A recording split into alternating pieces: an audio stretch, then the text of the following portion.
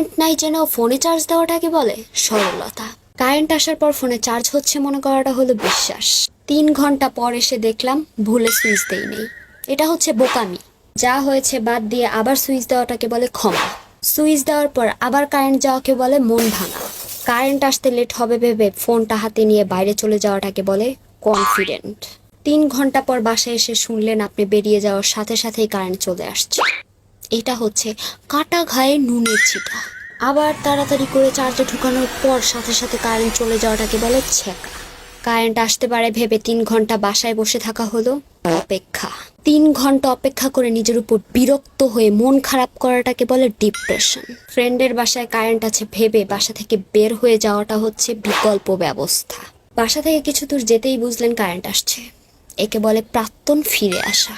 বাসা যাবেন নাকি ফ্রেন্ডের বাসা যাবেন এটা নিয়ে চিন্তায় পড়ে যাওয়াই হচ্ছে কনফিউশন। বাসায় কিছু দূর ফিরে যেতে আবার কারেন্ট চলে যাওয়াটাকে বলে প্রাক্তনকে বিশ্বাস করে বাস খাওয়া। এরপর ফ্রেন্ডের বাসায় গিয়ে বাসায় কারেন্ট আসছে জেনেও ফিরে না আসা হচ্ছে প্রাক্তনকে বিশ্বাস না করা। কারেন্ট না থাকার পর ওর ফ্রেন্ডের বাসায় জিদ করে বসে থাকার পর রাত 12টায় যখন বাসায় গিয়ে শুনলেন আর কারেন্ট যায়নি, ওটা হচ্ছে এক্সকে বিশ্বাস না করে ভুল করা। এত কিছুর পর কারেন্টকে মনে মনে গালি দেওয়াই হচ্ছে এক্সের পরিণতি। অলরেডি আমার বাসার কারেন্ট চলে গেছে।